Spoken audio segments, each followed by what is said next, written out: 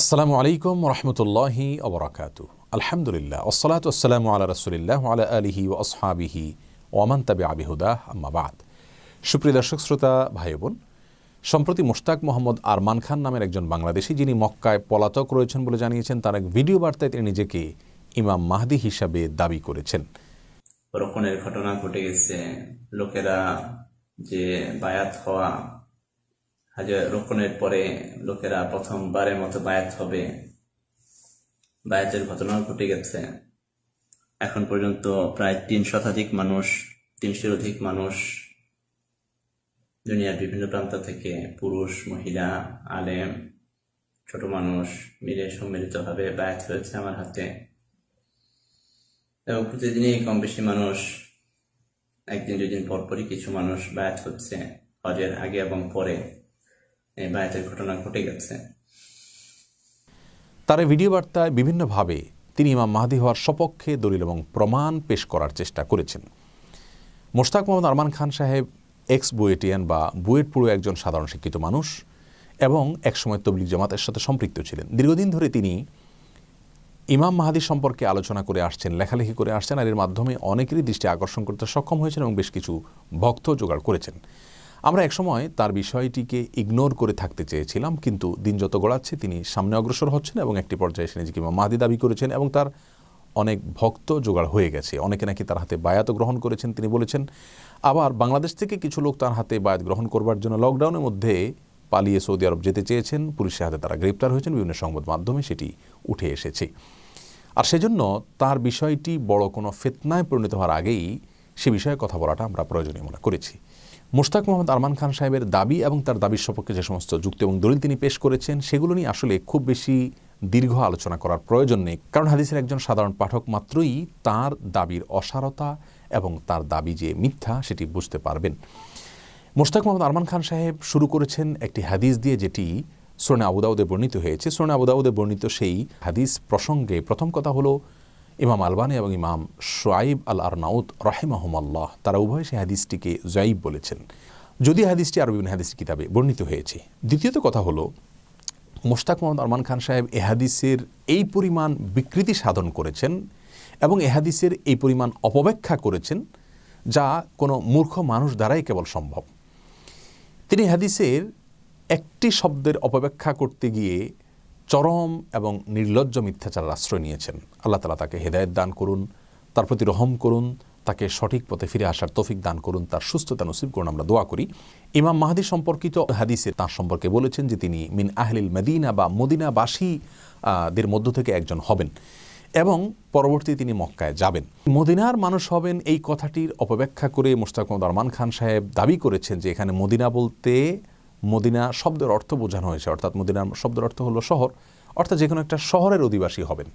এই কথাটা রাসূল করিম সাল্লাল্লাহু আলাইহি ওয়াসাল্লাম নাকি বুঝিয়েছেন, মদিনা বলতে মদিনা শহর, এটাকে বোঝানো হয়নি।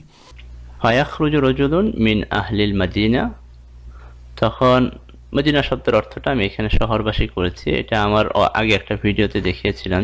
তো মদিনাবাসী এক ব্যক্তি, মানে মদিনাবাসী তো বললাম যে শহরবাসী।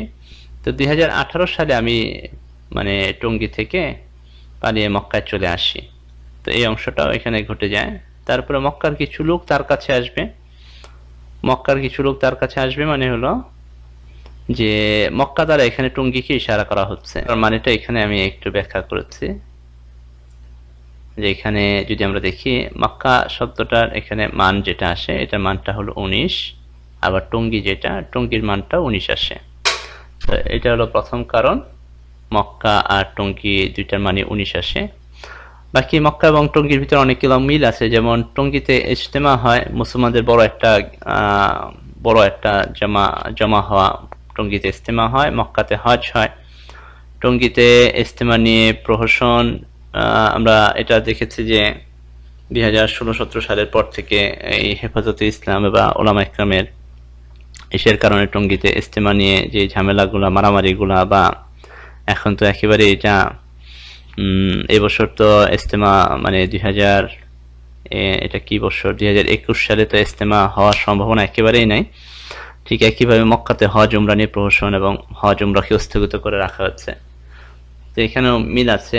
বাকি হলো এখানে কিছু পয়েন্ট লেখা হয় নাই।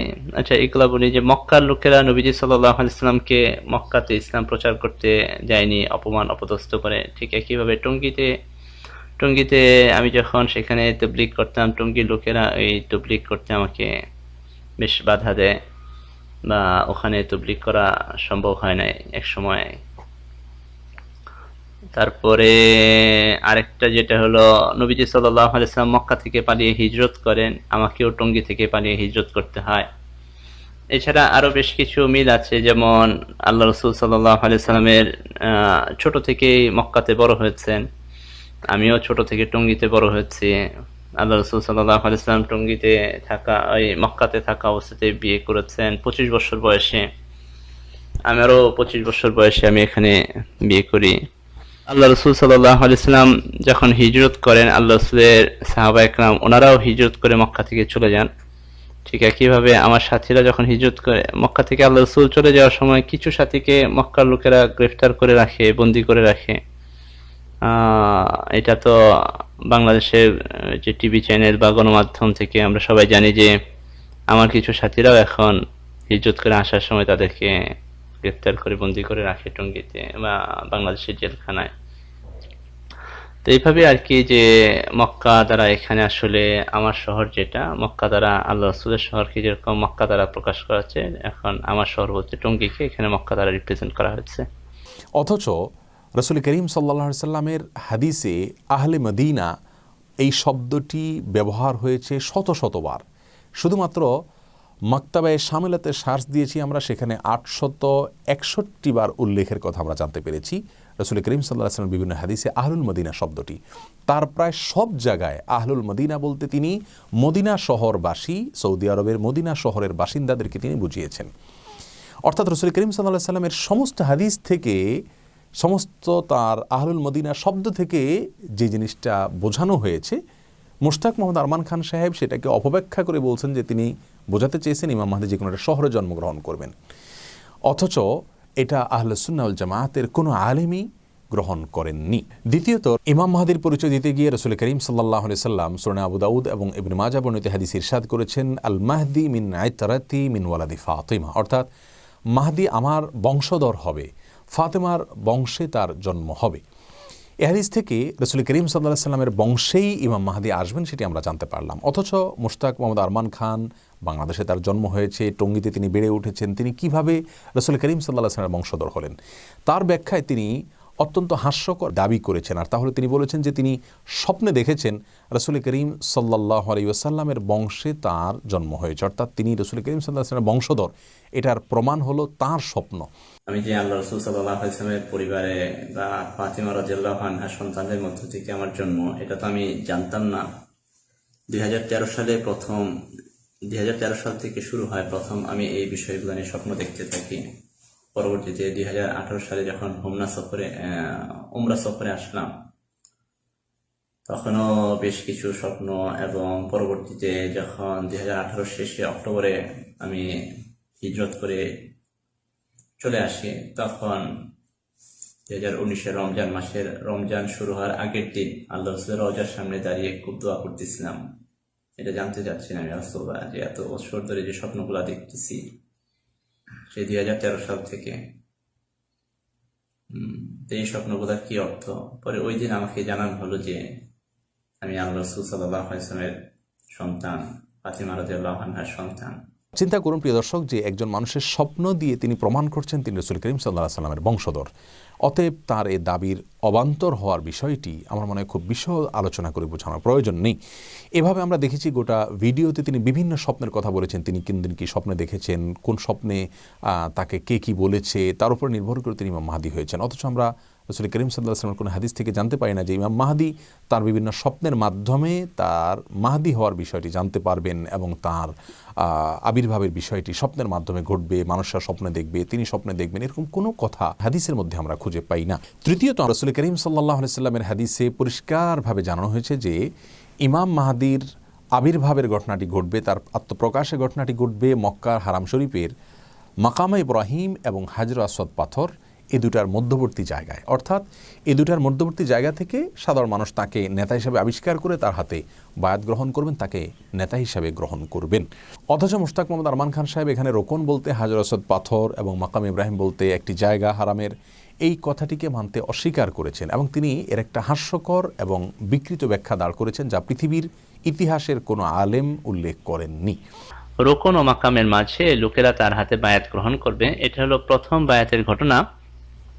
স্বাভাবিকভাবে রোকন এবং মাকামের যে তর্জমাটা করা হয়, রোকন মানে হাজরে আসওয়াদ এবং মাকাম মানে মাকাম ইব্রাহিম, এই তর্জমাটা যে করা হয় এটা দুইটা স্থান, আসলে এটা দুইটা সময়, দুইটা স্থান না। রোকন এবং মাকাম আল মাহদির জীবনে ঘটে যাওয়া দুইটা সময়, দুইটা ঘটনার দিকে ইঙ্গিত করতেছে। তাহলে ব্যাপারটা যেটা দাঁড়াচ্ছে, রোকনের পরে বায়াতের ঘটনা ঘটবে। প্রথম যে বায়াত হবে এটা রোকনের ঘটনার পরে প্রথম বায়াতের ঘটনা ঘটবে।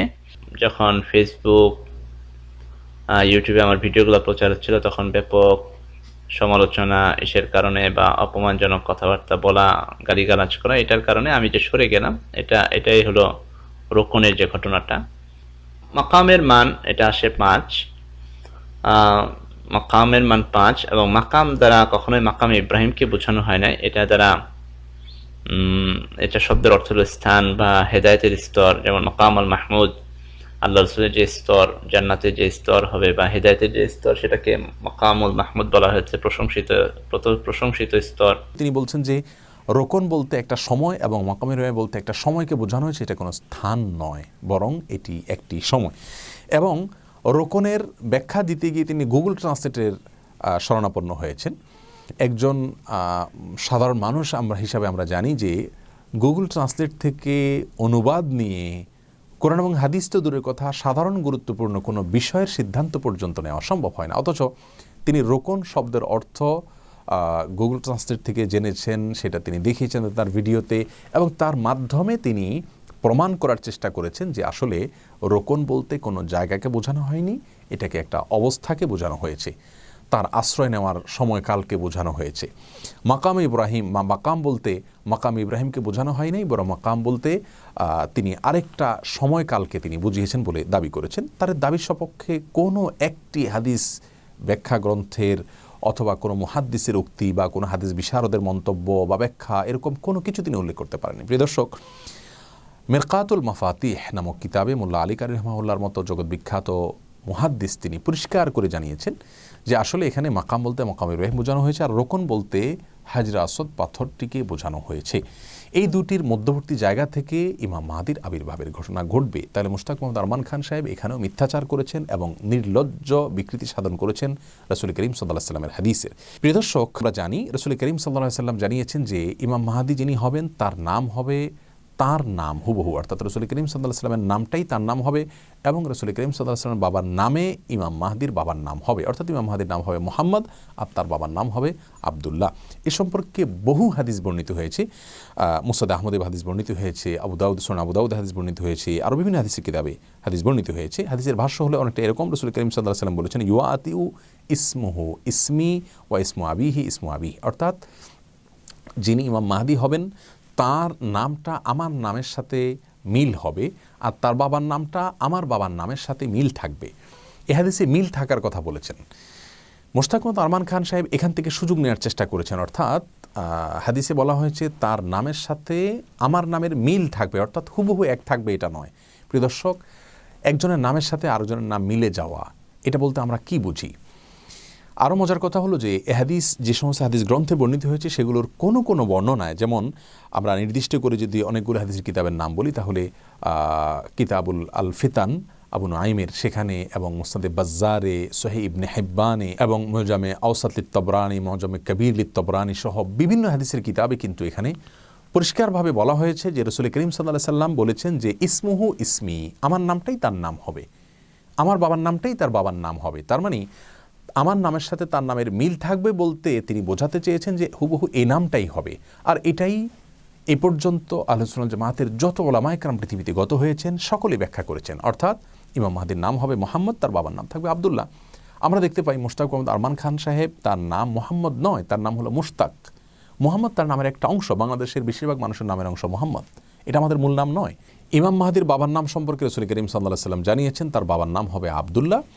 অথচ মুশতাক মোহাম্মদ আরমান খানের বাবার নাম হলো আব্দুল কুদ্দুস। এখানেও তিনি অপব্যাখ্যা দাঁড় করানোর চেষ্টা করেছেন এভাবে যে মূলত কুদ্দুস আল্লাহ তাআলার গুণবাচক নামসমূহের মধ্যে থেকে একটি, অতএব আব্দুল্লাহ মানে আল্লাহর বান্দা আর কুদ্দুসের বান্দা দুইটা একই নাম। এই সমস্ত ব্যাখ্যাগুলো শুধু হাস্যকরই নয়, এগুলো অত্যন্ত লজ্জাস্কর বটে। একজন মানুষ চরম মিথ্যাবাদী হলে, চরম রকমের ভণ্ড হলে, চরম রকমের মানসিকভাবে বিকারগ্রস্ত হলে শুধুমাত্র এই সমস্ত ব্যাখ্যা দাঁড় করাতে পারেন। যেখানে হাদিসে বলা হয়েছে আমার নামের সাথে তার নামের মিল থাকবে, আমার বাবার নামের সাথে তার বাবার নামের মিল থাকবে, এবং এই হাদিসের ব্যাখ্যায় মুহাদ্দিস উলামা একরাম বলেছেন যে এর অর্থ হলো যে রাসূলের নামটাই তার নাম হবে এবং রাসূলের বাবার নামটাই তার বাবার নাম হবে। সেখানে তিনি তার বাবার নামকে ঘুরিয়ে পেঁচিয়ে রাসূলের বাবার নামের সাথে মেলানোর চেষ্টা করেছেন। কোথায় আব্দুল কুদ্দুস আর কোথায় আব্দুল্লাহ, দুটি নাম সম্পূর্ণ স্বতন্ত্র। যাই হোক, এখান থেকেও তার মিথ্যাচারের বিষয়টি দিনের আলোমতো প্রকাশ পেল। এরপরে আমরা দেখতে পাই রাসূল করিম সাল্লাল্লাহু আলাইহি সাল্লাম ইমাম মাহদির দৈহিক গঠন সম্পর্কে আমাদেরকে ধারণা দিয়েছেন যে তার দৈহিক গঠন হবে আজলাল জাবহা ওয়া আকনাল আনফ, অর্থাৎ তার কপাল হবে অনেক বেশি প্রশস্ত।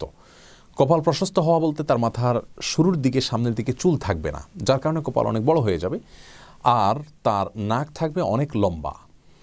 আমরা মুশতাক মোহাম্মদ আরমানের যে দৈহিক গঠন আমরা দেখেছি, আল্লাহ মাফ করুক, এ বিষয়ে আসলে অ্যানালাইসিস করার উপযুক্ত নয়, তারপরেও যেহেতু তিনি দাবি করেছেন এবং অনেকে তার এটাকে নিয়ে ইন্টারেস্ট দেখাচ্ছেন, সেজন্য ব্যাখ্যা করতে হচ্ছে।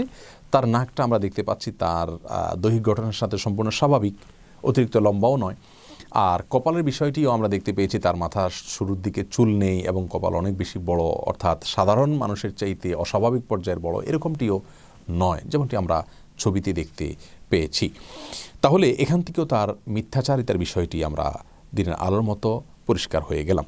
প্রিয় দর্শক, এরপর আমরা দেখতে পাচ্ছি যে তিনি অনেকগুলো কিতাবের আশ্রয় নিয়েছেন, যে কিতাবগুলো শিয়াদের, যেগুলোর কোনো অথেন্টিকেশন মুহাদ্দিসদের কাছে নাই, অর্থাৎ মুহাদ্দিসদের কাছে যেগুলোর কোনো গ্রহণযোগ্যতা নাই। এ সমস্ত অদ্ভুত এবং উদ্ভট প্রকারের বই পুস্তক থেকে তিনি উদ্ধৃতি দেওয়ার চেষ্টা করেছেন। তিনি আরবি উচ্চারণ করছেন, সেখান থেকে বোঝা যাচ্ছে তিনি আরবি ভাষা সম্পর্কে তেমন কিছু জানেন না। বারবার মাক্কা শব্দের শুরুতে আল যুক্ত করছেন, এবং যেটি আরবি গ্রামারের একজন সাধারণ ছাত্র জানেন যে জায়গাগুলো তিনি আল মাক্কা বলছিলেন সেগুলো আসলে ভুল। যাই হোক, এরকম আর অনেকগুলো ভুল তিনি করে যাচ্ছিলেন।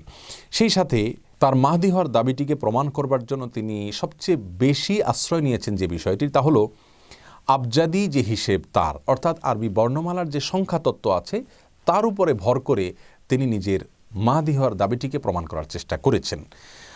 আবজাদি যে হিসেব, এটাকে ইলমুল হুরুফ বলা হয় বা হিসাবুল জুম্মালও বলা হয়। আরবি বর্ণগুলোর এক একটা মান রয়েছে, সে মানগুলোকে যোগ করে সেটার সাথে হাদিসের কোনো অংশের তিনি মিল খুঁজে দেখানোর চেষ্টা করেছেন এবং তার মাধ্যমে তার মাহদি হওয়ার বিষয়টিকে প্রমাণ করেছেন। অথচ আবজাদি হিসাব তথা আরবি বর্ণমালার যে সংখ্যা তত্ত্ব, এ সম্পর্কে উইকিপিডিয়ার তথ্যই হলো যে এটি মুশরিকদের হাতে এর উৎপত্তি ঘটেছে, উদ্ভব হয়েছে এবং ক্রমবিকাশও হয়েছে মুশরিকদের হাতে। এ সম্পর্কে উইকিপিডিয়ার তথ্য বলছে যে ব্যাবিলন বা বাবেল শহরে অ্যারামিক ভাষায় মূলত এর উৎপত্তি এবং পরবর্তীতে হিন্দুদের মাধ্যমে এর ক্রমবিকাশ হয়েছে এবং ভারতীয় হিন্দুদের মাধ্যমে এর পরবর্তীতে এর বিস্তৃতি ঘটেছে এবং নর্থ আফ্রিকায় এটাকে আরবিতে মডিফাই করা হয়েছে এবং পরবর্তীতে এটাকে গাণিতিক সাংকেতিক কোড হিসেবে জাদুর কাজে ব্যবহার করা হয়েছে। আর এই হিসেবের উপর নির্ভর করে তিনি নিজেকে মাহদি দাবি করছেন। প্রিয় দর্শক, তাহলে পুরো আলোচনা থেকে দিনের আলোর মতো পরিষ্কার হয়ে গেল যে মুশতাক মোহাম্মদ আরমান খান হাদিসকে অপব্যাখ্যা করে তার স্বপ্নকে দলিল হিসাবে আমাদের জন্য চাপিয়ে দিয়ে এবং আবজাদি হিসেব এর উপরে ভর করে এবং হাদিসকে প্রচণ্ড রকমের বিকৃতি সাধন করে তিনি তার মাহদি হওয়ার মিথ্যা দাবি পেশ করেছেন। ইমাম মাহদির সম্পর্কে একটা মৌলিক ধারণা আমরা নিয়ে রাখতে চাই, আর তা হলো রাসূল করিম সাল্লাল্লাহু আলাইহি ওয়াসাল্লামের বিভিন্ন হাদিস থেকে ইমাম মাহদির আগমনের সময়কাল সম্পর্কে একটি ধারণা আমরা পাই। অর্থাৎ ইমাম মাহদি ঠিক কোন সময়টাতে আসবেন, তার আবির্ভাব ঠিক কোন সময়টাতে হবে, এ সম্পর্কে নবী আলাইহিস সালাম থেকে বর্ণিত বিশুদ্ধ অনেকগুলো হাদিস থেকে আমাদের পরিষ্কার ধারণা নেওয়ার সুযোগ রয়েছে। তার মধ্যে থেকে একটি হলো ঈসা আলাইহিস সালাম আসমান থেকে অবতরণের এবং দাজ্জালের আবির্ভাবের ঠিক আগ মুহূর্তে ইমাম মাহদির আবির্ভাব ঘটবে বিভিন্ন হাদিস থেকে তেমনটি জানা যায়। তার মানে ইমাম মাহদির আত্মপ্রকাশের কিছুকাল পরেই ঈসা আলাইহিস সালামের অবতরণ এবং দাজ্জালের আবির্ভাবের ঘটনাটি ঘটবে। এর পাশাপাশি হাদিস থেকে আরও আমরা জানতে পারি যে পৃথিবী যখন জুলুম এবং অত্যাচারে পরিপূর্ণ হয়ে যাবে, জুলুমে ছেয়ে যাবে গোটা দুনিয়া, কোথাও ন্যায় এবং ইনসাফের নাম গন্ধ থাকবে না, সেই সময়টাতে ইমাম মাহদির আবির্ভাব ঘটবে এবং তিনি এসে গোটা পৃথিবীতে পুনরায় ইনসাফ কায়েম করবেন, প্রতিষ্ঠা করবেন, ইনসাফ দিয়ে গোটা পৃথিবীকে পরিপূর্ণ করে দিবেন। আল্লাহ তাআলা অনেক বারাকা দিবেন তার শাসন আমলে। তার আগমনের সময়কাল সম্পর্কে আমরা আরও জানতে পারি যে একজন শাসক তথা খলিফার মৃত্যুর পর মুসলিমরা যখন ধোঁয়াশার মধ্যে পড়ে যাবেন, ফিতনায় পড়ে যাবেন, ঝগড়া এবং ফাসাদের মধ্যে লিপ্ত হয়ে যাবেন, সেরকম ফিতনা সংকুল পরিস্থিতিতে ইমাম মাহদির আবির্ভাবের ঘটনাটি ঘটবে।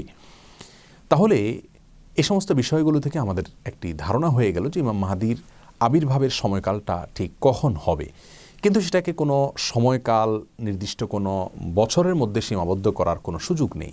আল্লাহ রাব্বুল আলামিন কোরআনে কারিমে জানিয়েছেন আমাদেরকে ইকতারাবাতিস সাআহ, কিয়ামত নিকটবর্তী হয়ে গেছে। এই কথা আল্লাহ রাব্বুল আলামিন যখন আমাদেরকে জানিয়েছেন, এই ঘোষণা যখন আমাদের কাছে নাজিল হয়েছে, তখন থেকে নিয়ে 1400 বছর পার হয়ে গেল, এখনও পর্যন্ত কিয়ামত সংগঠিত হয়নি। কখন হবে সেটা একমাত্র আল্লাহ তাআলা ভালো জানেন। তাহলে কিয়ামত নিকটবর্তী হওয়ার কথা বলে আল্লাহ রাব্বুল আলামিন কত শত বছরের কথা বুঝিয়েছেন সেটা একমাত্র তিনি ভালো জানেন। ইমাম মাহদির বিষয়টা একই রকম, কোনো দিনক্ষণ সন নির্ধারণ করে তার আগমনের সময়কাল বলার কোনো সুযোগ আমাদের নাই। তবে হ্যাঁ, কিছু আলামত দেখে আমরা বুঝতে পারি তার আগমনের সময়টি নিকটবর্তী হয়ে গেছে, কিন্তু সেই নিকটবর্তী হওয়াটা কি 10 বছর নাকি 200 বছর নাকি আরও বেশি বা আরও কম, সেটা একমাত্র আল্লাহ তাআলা ভালো জানেন। প্রকৃতপক্ষে কিয়ামতের সময়ক্ষণ সম্পর্কে বা ইমাম মাহদি ঠিক কোন সময়টাতে তার আগমন ঘটবে, সন তারিখ সম্পর্কে জানাটা যতটা গুরুত্বপূর্ণ, তার চাইতে বহুগুণ গুরুত্বপূর্ণ হলো কিয়ামতের জন্য প্রস্তুতি গ্রহণ করা।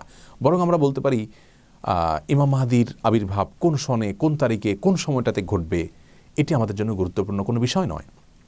বুখারী মুসলিম বর্ণিত এক হাদিসে রাসূল করিম সাল্লাল্লাহু আলাইহি ওয়াসাল্লামের কাছে একজন ব্যক্তি যখন জানতে চান, ইয়া রাসূলুল্লাহ, কিয়ামত কবে হবে, তখন তিনি তাকে প্রশ্ন করেছিলেন, পাল্টা তুমি তার জন্য কি প্রস্তুতি নিয়েছো? তার মানে তোমার এই প্রশ্নটি কোনো প্রয়োজনীয় প্রশ্ন নয়। প্রিয় দর্শক, সেজন্য ইমাম মাহদি ঠিক কখন আসবেন, কিয়ামত ঠিক কবে ঘটবে, এগুলোকে ক্যালকুলেশন করে বের করা আমাদের দায়িত্ব নয় এবং এই গবেষণা করার নির্দেশ আমাদেরকে দেওয়া হয় নাই। এই ধরনের প্রশ্নকে রাসূল করিম সাল্লাল্লাহু আলাইহি ওয়াসাল্লাম ইগনোর করেছেন। আমরা মনে প্রাণে দোয়া করি আল্লাহ রাব্বুল আলামিন আমাদের এই ভাইকে সুস্থতা দান করুন, তিনি সুস্থ হয়ে উঠুন, তিনি গোমরাহি থেকে ফিরে আসুন এবং ভ্রান্তির পথ থেকে সরে আসুন।